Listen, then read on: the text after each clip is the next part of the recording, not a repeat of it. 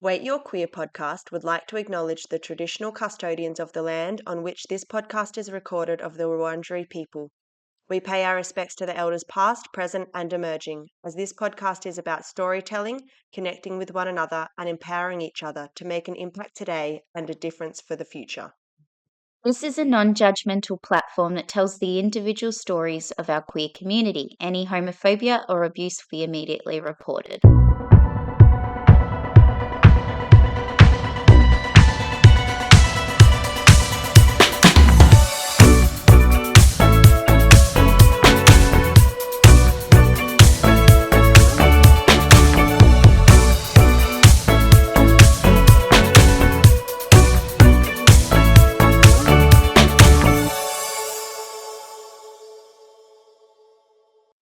Welcome back to another episode of Wait, You're Queer with your hosts, Alyssa Lynikas and Brooke Cleal. Today on the podcast, I have the absolute pleasure of introducing my girlfriend, Alyssa. And oh my gosh, can I just say, how do you even begin to describe someone you love to a friend or a family member and put it into a few words, let alone on a platform like this? And especially when she is staring you down, no pressure at all.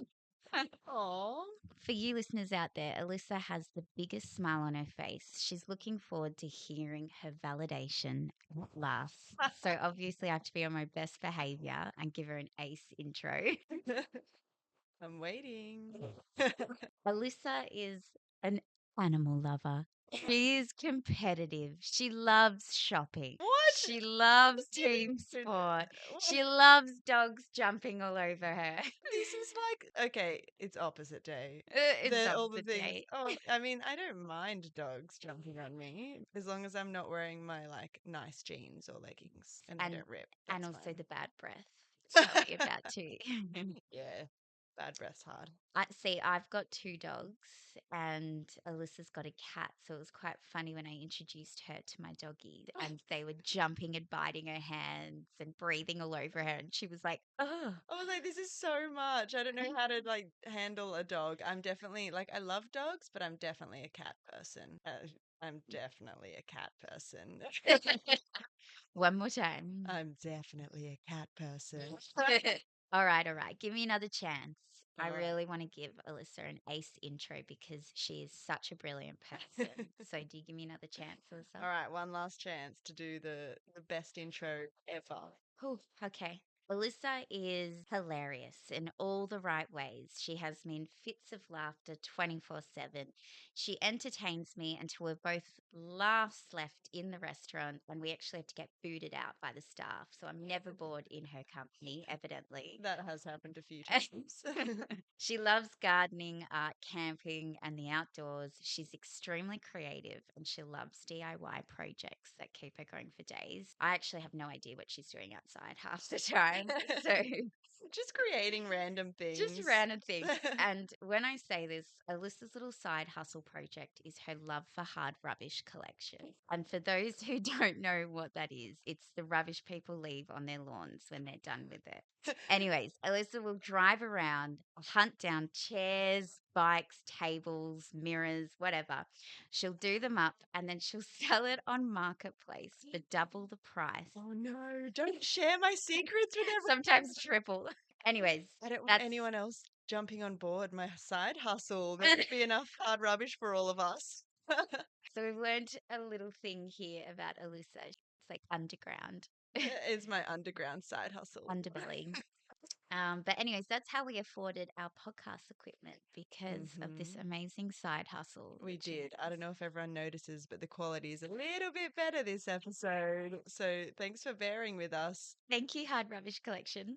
We sold a lot of things to get these mics. Yes, we did. To finish it off, she is brilliantly talented in this field, and I'm not even kidding. She's inspired me to do the same, and I'm sure for a lot of listeners out there, we'll be seeing a lot more side hustles getting developed. Aww. She is my bush baby, and her love for the world is admirable. Like me, you're going to fall in love with this girl the more the episodes go. I'll always be in forever competition with her one true love, her baby Nacho. He's a big, buff, black and white cat. He is sophisticated, classy, a little judgy. Oh, wait, sorry, this is not about Nacho. It's always about nacho. All right, let's get stuck into today's episode. Alyssa tells us in this episode about her coming out story, her secrets around her gushing over lesbian YouTube clips as a teenager, to hooking up with boys in high school, to her first girlfriend, and navigating her sexuality in her everyday life. Wow, I am impressed with that intro. Thank you, babe. We Wow. won't talk about how many takes it took. I'm going to replay that on repeat like every night before bed. Do it. Do it. All right, I will. Bit I of like it. ASMR. ASMR, yeah, I love it. So, Alyssa's story is so relatable and one you don't want to miss. So, let's get into this. Is it my turn? Yeah, well, I was Oh, going to ask you. oh, sorry. You looked at me like I had something. So- I was like, I'm not on script. Alrighty. So, Alyssa, tell us who you are, your sexuality, your pronouns, your age, what do you do, and where are you raised? Okay. We'll start off. My pronouns are she, her. Hmm. And I grew up in my family home out in Park Orchards with my two older brothers, my mum, my dad. And I used to absolutely love the outdoors. Well, I still do, actually, as you know, Oh, yes. as I take you bush camping and give you a spade Oh, yes, she did. to go do your business. Oh, yes. I mean, I've gone camping my whole life, but we've done more beach camping.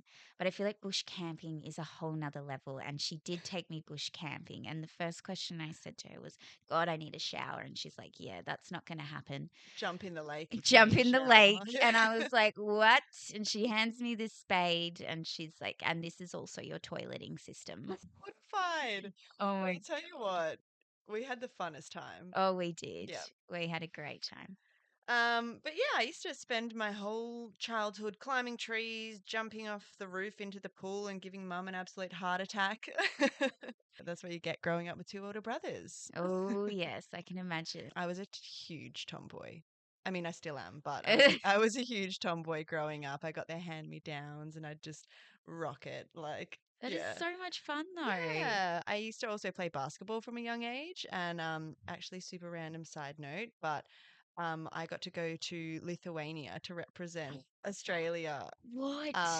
in basketball in 2017. Yes, because your background's Lithuanian. Yeah, So, so it was super random. I'm not a good basketballer, and I hadn't actually played oh basketball my for God. years. And then we have this thing in our culture called a Schwente, and it's basically a sports festival. And there was this one time that I came along and they were like, hey, we need another team member for the girls' basketball team. Can you join in? And I was like, yeah, okay, sure. Anyway, we crushed it. And then they're like, we're putting together a team to go to Lithuania. And I was like, okay, let's go. Anyway, I got to Lithuania and we were annihilated, to say the least. Like, we did not do well Oh, because these are professional basketball players. Like, they yeah. take it very seriously there. And we, yeah, we ran circles around. Oh, But it no. was such a fun experience and it was really special. Like, I got to go to Lithuania, where my family is from, for the first time with my mum And and dad. represent. And represent. Yeah. It was so good. But I also used to be a dancer. So I How started dancing. polarizing in Yeah, a I way, know. going from like being this basketball player to then this dancer. I It's mean, it's very still Zac athletic. Efron. Yeah, it is. It's very High School Musical. I was basically Troy Bolton. And now you get a bit of Gabriella. And now, yes, you're like my Gabriella. I always had a bit of a crush on her, so Okay. It's the start of of something something new. new. No, we won't. Okay. We won't Yeah. do that for our No, poor no, listeners. no, no. Yes. Continue. So you did dancing. Yeah, I did. I did dancing from about the age of 7, which led me into doing full-time musical theatre and performing arts after Mm. high school. So I skipped the whole uni thing for a while and just went straight into the Wow. performing arts world, which I loved. And I delved into deep, and it was the love of my life for that whole time. I never dated during that whole period because I was dating Your my career. career Yeah. basically. When did you realize that you wanted to be a dancer though? I When think was I always knew. Like, I remember going to into the high school counseling, like, for what jobs you wanted, and they would be like, What do you want to do?" And I'd just say, "I think I want to be a dancer," but they would always put me down and be like, "You can't do that. Like, you need a real job behind you as well." And I find that Yeah. so what's the word? Degrading. Degrading to Yeah. people who have Who are dancers. Yeah. fantastic performing arts careers, especially a lot of my friends who have become so far in the musical theatre career. And, just performing arts in general, they're traveling the world. Honestly, yeah, it is a great lifestyle if you can hack it. I remember that careers counsellor in year Yeah. 12 and the amount of pressure they put on you, and you come out of there and everyone's like, what am I doing? I'm not going to lie. I was like 17 or 18.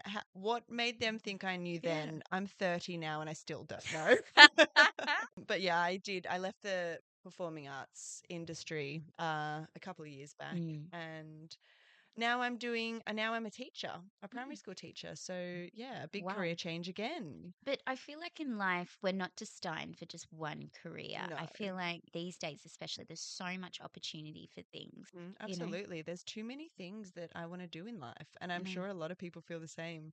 How do you fit every career in I to know. one lifetime? I know. It's insane, isn't it? So you went from dancing then into teaching. Yeah. So what was like the reason why you didn't want to keep dancing? I think I was just over it, to be Yeah. honest. Yeah. It was a hard gig, and I loved how hard it was, but I think by the end I just kind of was over auditioning. I almost wanted a little bit more stability. I was looking for a stable job for in that time because I'd never had one. And is it quite tough on the body? Yeah, Yeah. absolutely. I was always in like agony because you're working out, almost 8 hours a day. Whoa. Yeah, every day. What an amazing childhood you had. But Alyssa, I think we need to know now. What has made you this queer person you are today? What is your coming out story? Give it to the listeners. All right. So for me, it came quite early on. I have a cousin who came out early in my childhood. He was quite a bit older than me.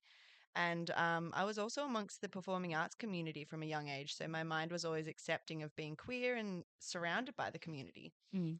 But I do remember during high school, I used to hold hands with my friends and always like practice making out with them at parties. And Oh my God, I that is so wasn't I good. wasn't like attracted to them. I think it was just like the thrill of it that Mm. I would look forward to almost more than making out with the guys. And was it to like entertain the men though, or was it for your own? No, see, I feel like a lot of girls, maybe the other girls were doing it for the sake of Because I boys. used to do it. I remember I used to Yeah. hook up with girls purely just for male entertainment Yeah, in isn't that school. interesting? And Yeah. girls probably were doing that with me, but I couldn't care less about the guys. I was like, leave us alone to practice making out. Rude. I Go know, why are you away. looking at us?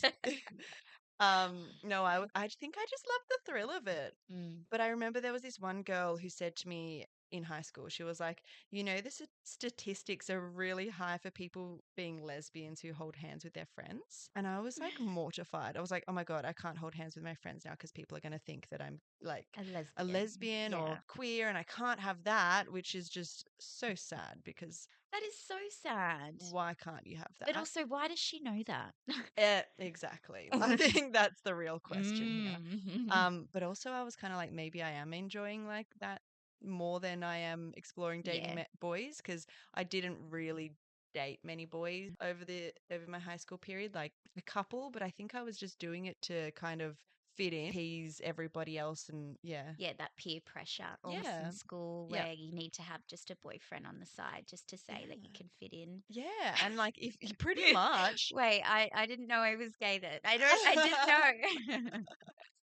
I know. I think, yeah, I actually think I was doing that. And like, not to say that I didn't like these boys, because I still am somewhat attracted to like men this day. But I think that I was just so enveloped in exploring, Mm. something else.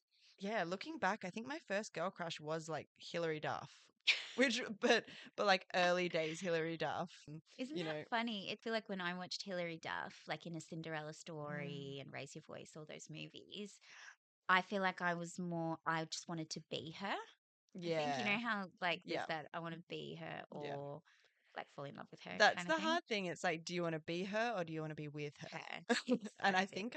I think I've now figured out I wanted to be with her Mm. because I remember I used to play all of her songs. I had all of her writing, like all of her lyrics all over my walls and everything. And one time my cousin came over and decided that she really liked Hilary Duff too. And I weirdly got annoyed at her. Well, she has a sister, Yeah. Haley Duff. Oh, yeah, she I'm can have pretty sure. Haley Duff. I know. Because I Sorry, remember I Haley. used to do that as well. I think it was with my cousin, but I used to want to be Hilary Duff purely with the lip glossy lips. Oh, yeah. I was like obsessed with Yeah. her lips, The glossy weirdly, lips were a and the pink vibe. Converses. Yes. Funny that you noticed her lips. Are you sure you didn't want to be with her? Maybe she was both of our crushes. Maybe. But yeah, and then I remember, oh my God, Transformers and Megan Fox. Oh, I That remember was that. life-changing for me. I think, yeah, I was obsessed with her. But I purely was like, oh, she's just such like a pretty woman, like Yeah. I'm not into women though, like at all. There was something about that like Megan Fox thing. I don't know. But anyway, I had her as I my don't know. She says, I don't know. I don't know. There was something about her and I had her as my screensaver but I still didn't know that I was queer. So you were still dating guys? Yeah. Well, you were still. Yeah. But, And also me not even nearly knowing that that's a sexuality thing. But then I started a little while later in my high school life, I started watching lesbian films on YouTube. And the only thing you could get back then was like strange foreign films about how girls had to like hide their relationships from their husbands and yeah. they always ended in tragedy, Oh, which yeah. was very reassuring. I mean, like tragedy in terms of they'd end up with a man. Tragic. So A tragic. tragic ending for everyone. Lesbian relationship. No. No, more like tragedy in the sense of like, they'd get caught out and someone would be like sent off somewhere because they were very old, Yeah. like almost Elizabethan era. That it was a tough gig out there trying to Yeah. find films that represented any kind of queerness. But weirdly, those European films and those little YouTube films and stuff, I feel like they're so progressed. Yeah, they were all European or, from some other country that was definitely not English speaking, which is really, it It says makes it even something. hotter as well because you don't know what What they're saying to each saying. other. Yeah, I but did it's have like- subtitles on, but I had to know the storyline. But yeah, I always felt different to the girls who like loved dating guys during high school. I just couldn't get around it the same way that they could. So when I moved to my full-time dance school, I finally had my first experience of what these girls were talking about in high school, but mine was with a girl. Yeah. So did you, before all that, did you ever take a boy home to mum and dad? I did. There was this one poor guy that he copped it. There was so many that I did have guys that I'd be dating and like I'd go and, get to the point where they'd ask me to be their girlfriend and I would be like, what? No. And the amount of people How I just dare you? I was like, what are you talking about? No. And looking back, I'm like, that's so sad because the normal progression is that. But for me, I was like, no, I absolutely could not have you as my boyfriend. And I think it was because there was something itching inside me to explore something else. Definitely. But yeah, I did. I brought this one this one poor guy home and we actually went camping with my family. Fun. Yeah. So this is not like you're just coming home for dinner. This is like you're coming on a full camping trip with me and my family. Well, my But that's how family we was did it in those days too, wasn't it? Yeah. It's like you just get stuck right in. Yeah, I was like, we're going camping. Do you want to come? And he was like, yeah. And he was so funny and charming and great, but he had this thing where he told the same three stories over and over and over again. And the first time I heard it, I was like, wow, you're so cool. Like Sounds like me. these stories are so like outlandish and amazing. And then anyway, I think he told the stories 3 or 4 times to my family on this camping trip. And by the third or fourth time, my mum's looking at me like, "Is like we know. Like, is there anything else to this guy?" And every time you have to act shocked and go, wow. Yeah, and I did. And by the end, I sat back and I was just like, "Are you kidding?" Anyway, anything else? Have you got anything Yeah, else? come on, bring another story to the table. Oh, maybe he started to realize. Maybe, but yeah, we got home and my mum was like, so what's the go with that? And I was like, yeah, unfortunately not for me. And I need it. I Anyway, could so imagine your mum being like, "Do you really like him?" yeah. Are you sure about this one? Sure. Yeah, absolutely. Oh, poor bloke. To be fair though, I guess going away camping with someone's family at such a young age, like you would feel a little bit nervous, Yeah, 100%. especially with their parents, especially if you're the one, Alyssa. He could have been the one. Sorry, boy out there. Yeah, when I went to my full-time dance school, I had my first experience of what it was like to really have a Girl crush. girl crush. Just a crush in general, to be honest. Like, this was like my heaviest real life crush that wasn't like someone that I was obsessed with from, you know, Mm. don't get jealous. I'm fine. So this girl was a little bit older than me and was already an established dancer. I remember we saw her dancing on stage one night at a club, and my friend turned to me and was like, "You should get with her." And again, I was like mortified because one, I was straight, right? And also the confidence of your I friend. know. And two, how could I ever get with someone that was so out of my league? So I think my friends knew about my sexuality before I Wow. did. Okay. Anyway, this girl moved to our school the following year, which I thought was absolute fate because after this night, I couldn't stop thinking about her, which was very confusing. Mm. We actually surprisingly had a lot of chemistry over the next year. And I remember she would like touch my tummy as she walked past me, and I would wait till she turned around the corner, and my knees would go weak and I'd fall to the ground. This is like a Yeah, movie. Like it the fact that she was. walks past, touches your stomach, and then you fall to the ground or even faint. It wasn't a faint. It was more of just like oh my God, what the hell is happening? And why am I feeling this way So about a why girl? did she randomly touch your stomach? Well, she was that chemistry thing, where someone like brushes their hand against you and it just like the lightning tingles and I feel like with a guy, it'd just be like, "Hey, you want to go around with me? Let's go." let's go get a Chico roll. Yeah, Anyway, no, continue. this was the first time for me that I was like, oh my God, I have like fireworks inside me. And she touched me and I literally felt it was like lightning touching me. I Oh know my that's really God. corny. It was like Christmas. Yeah, I was literally, she would do that kind of stuff to me and I would just be like, oh my God, did she actually just do that? I'm losing my mind. So yeah, this crush of I'm mine, losing my mind, to be honest. No. oh, come on. This crush of mine went on for a good year until at our graduation, one of my friends said to this girl, Hang on. Sorry to cut you off. A year. yeah, this was a year of like almost sexual tension that built up. So yeah, this went on for about a good year until at our graduation, one of my friends said to this girl, "You should kiss Alyssa." And she said, "Isn't she straight though?" Oh, Was true at the time because I was. And my friend, even though I still hadn't come out yet, said, "Yeah, but she wouldn't be for you." And I think that was the moment I was like, "Yep, that's true." coming out in my late 20s, I guess in your early 20s, did people identify a lot more as being queer then? Did you find that people actually had to say, "I'm gay" for you to know? Or was it, Yeah, I think it was more like because I always said, "No, I'm straight, I'm straight." And I remember the mm. director of my school actually asked me one time, "Oh, I heard that like you've got something going on with this girl. Are you a lesbian?" And I So remember, everyone knew around yeah, you? everyone knew except me. Literally everyone. And I remember being like, I was so caught out, my cheeks flushed up red, and I just was like, "What? No, who said that?" Because I was so scared to be outed before I could come out myself or before I Mm. was even ready to. Yeah, that's a very anxiety rattling feeling, Yeah, knowing that someone could out you before you have the chance to tell your it story. is. It's terrifying. I think a lot of people go through that. Anyway, yeah, spoiler alert, me and this girl never kissed. That's devastating. Yeah, Not, I no, I'm know. kidding. You're happy about that. I'm sorry, but waiting a year, dreaming about this girl every night, Yeah. probably, Oh my God, it you know, was and putting your painful. headphones in and probably thinking about them all the time, and then having these little beautiful tummy touches and things like that in the hallway, Yeah.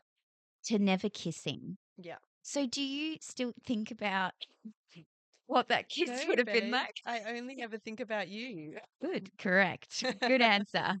Yeah, but we did go on a couple of dates and talked for probably like a good couple of months after this, but I was way too new for this and very young. Why no kiss? Like, why didn't it eventuate? Well, I actually remember on one of our dates, she did ask me if she could kiss me. And I think because I was so young and confused about my whole sexuality that I just pretty much completely froze up and was like, no, I'm just going to go to the bathroom. Oh, And I regret it because, like, I yeah, did want to kiss her. I wanted to kiss her more than anything. But, yeah. you It know, was those pressures and norms that yeah, come into yeah. play It that was make you so feel like, scary. yeah, At the time I could kiss a guy any minute, like, yeah, all the time, and I just would never yeah. feel those tummy butterflies to this degree. So I knew that something was different now. But yeah, this situationship went on for a while and never led to anything serious, even though Mm. I was pretty much in love with this girl. Like, I think I Wow. was.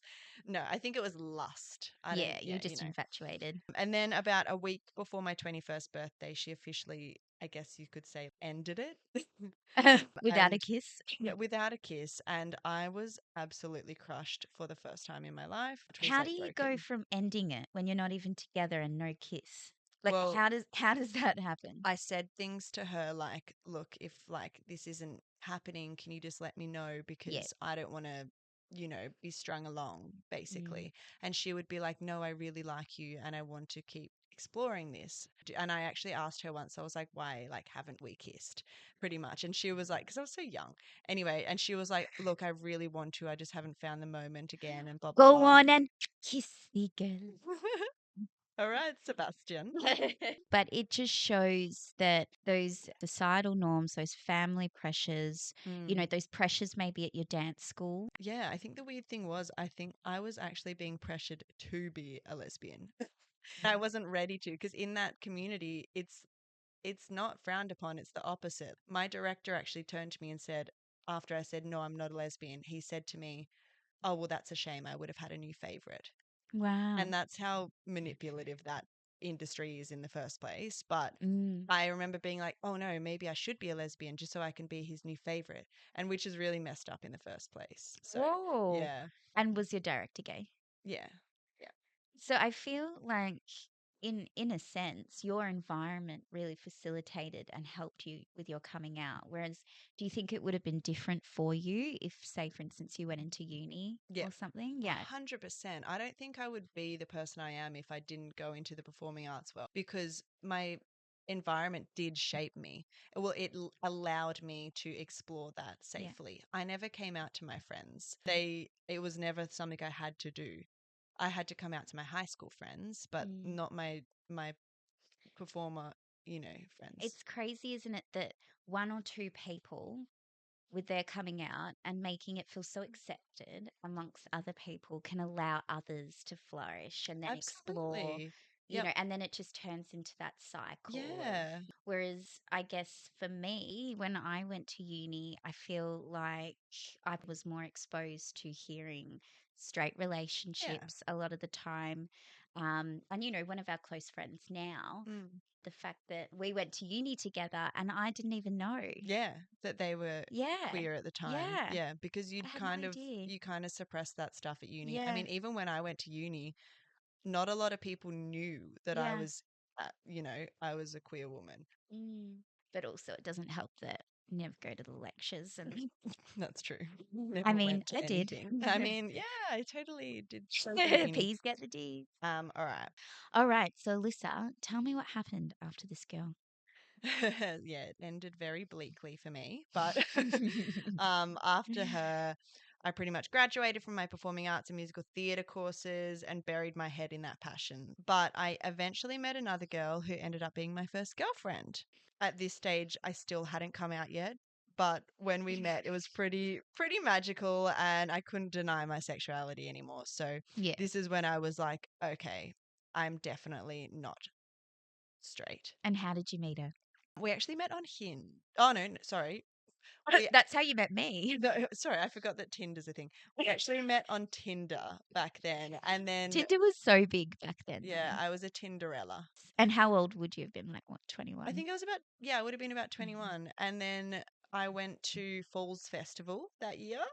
So weird because I was there the same year Yeah. when you told me this. Oh, I know, I just met the wrong girl. And No. I was working in the info booth, which is Hmm. so interesting because if you came up to that info booth, I know. I And feel I like we probably would have did crossed speak to you. paths. Imagine if I was like, wow, that's going to be my future girlfriend. Oh my God. But yeah, we went to Falls and we fell. No. We fell big time. Yeah, but we did. She was the first girl I ever loved, and we were together for close to 2 years. But a lot of that time was long distance because she was in Brisbane. Mm. She moved to Melbourne for a little bit and then I moved to Brisbane for about 6 months. Wow. Yeah. But before all of this happened, I had to come out essentially, which was, yeah.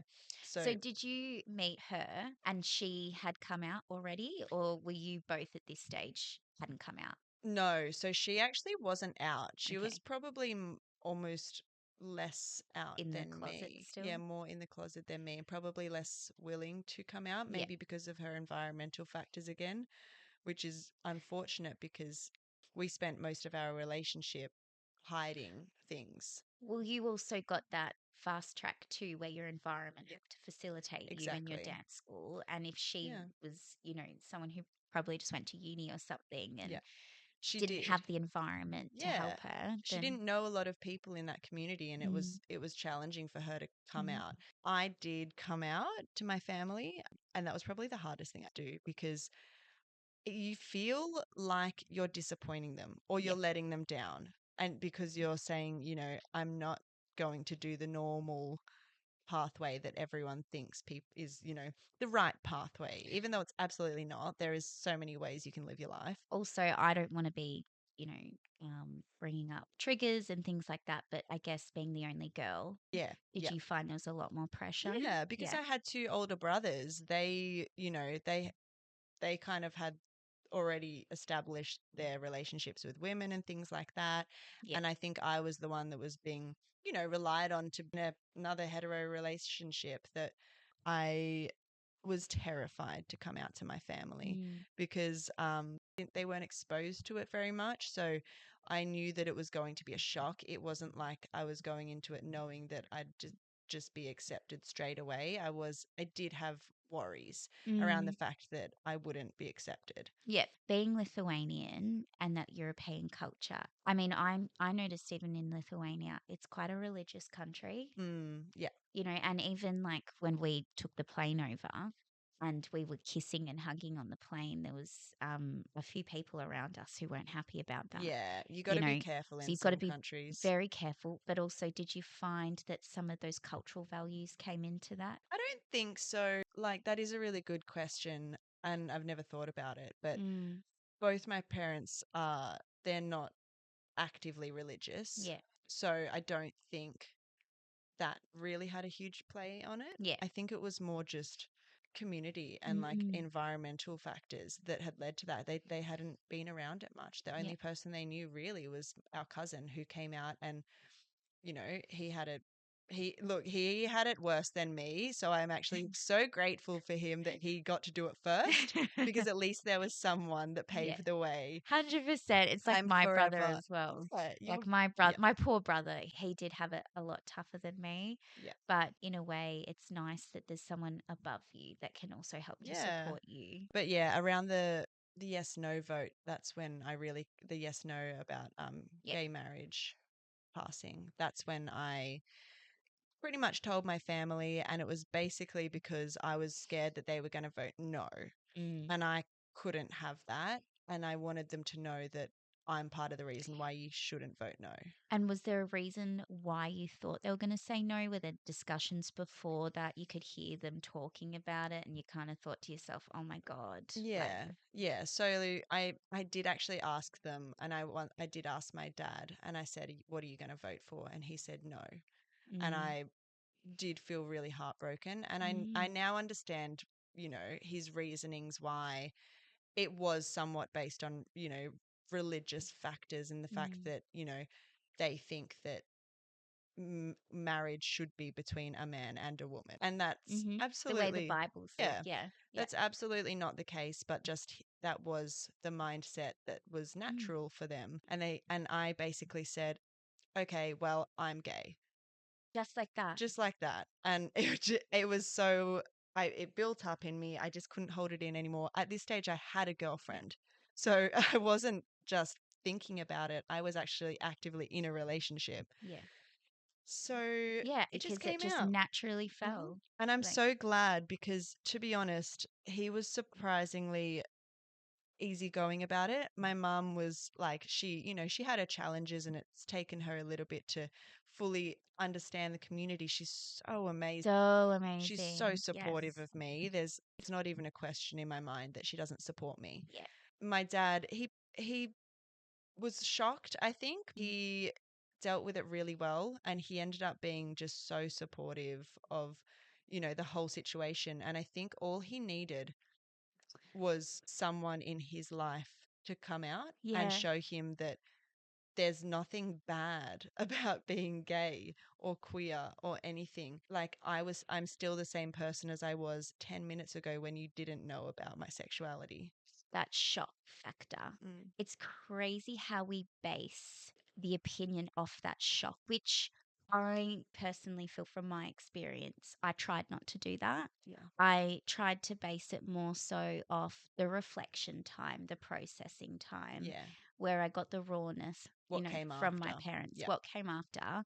Whereas that shock time, I mean, you can imagine for lots of people, we all react differently, Yeah. don't we? Absolutely. So dad had that shock, but then it was what came after that. And Yeah. that's where it's just, that's important, Yeah, you he was know? such a good example of not fully understanding it or being a part of it before, but completely accepting it. Yeah. And I was so proud of him. And it is my dad, yeah, sadly passed away last Mm. year. Hmm. Um, I know. I can just imagine him looking down on you right now, super proud, watching you open up and share your story to help others, and you're contributing back to the community. And what an amazing person. And this person here is only shaped by amazing people such yeah, as Tony and yeah. Audrey. So that's, you My know, dad was the funniest dad joke guy you've ever met. Like, there is not a day that went by that he didn't make me laugh. oh, yes. He was so funny and silly. And And that's exactly where you get it from. yeah, I definitely get my silly humor from my dad. 100%. He lit up our lives. So, Mm. yeah. Thank you, Tony. Beautiful. Right? Okay. That was more emotional than I expected. Yeah. But this is the Yeah. thing about the podcast is this is me and Alyssa, true to our raw forms. This is exactly what it's like. I mean, coming out is an emotional thing, but also you had that experience with your dad, and Yeah. now he's shining and looking down on you, and that's Yeah. an amazing Yeah, thing. exactly. He's still part of this process. Yeah. Okay, so All right, back to my first relationship. okay, back to your first relationship. So yeah, me and my first partner, we broke up after a couple of years. And I think it was very hard breaking up in a queer relationship sometimes because I feel like you actually do feel like that person is not only your best friend, but your lover and all of those things. So Mm. it's really challenging because you're almost breaking up with a best friend at the same time. Once you finally get to come out and have those conversations with your family, or it could be your friends, or it could be your grandparents, whatever, Mm, it is so freeing despite how it could be received. yeah. It is still freeing. The relationship that you have Yeah. with yourself, and you build that up for so long, and you finally let it go, and you're like, You get oh to be my yourself. God, I can still Yeah. be myself. Yeah. You It's the know, best feeling in the world. the rest comes later of Mhm. how people are going to perceive me, the Mhm. judgments, but that initial feeling of I've just done it. Yeah. And I would rather be myself than have fake it. And Yeah. if people don't want to be a part of that, then they can leave. Yeah. Oh, yeah. If those people aren't willing to come on the journey with you, they're the ones who are going to miss out. Yeah, exactly. And that's a sad Yeah. thing, isn't it? Mhm. Okay, Alyssa. So, your question today is, are labels important in the queer community? Why do we have these labels, do you think? Why are they so important in the community? Look, I personally don't think you have to. Yeah. However, I understand that it can be confusing for people outside of my brain or the queer community to understand or accept me if I don't put a label on it. This world is built on labels, it helps people understand.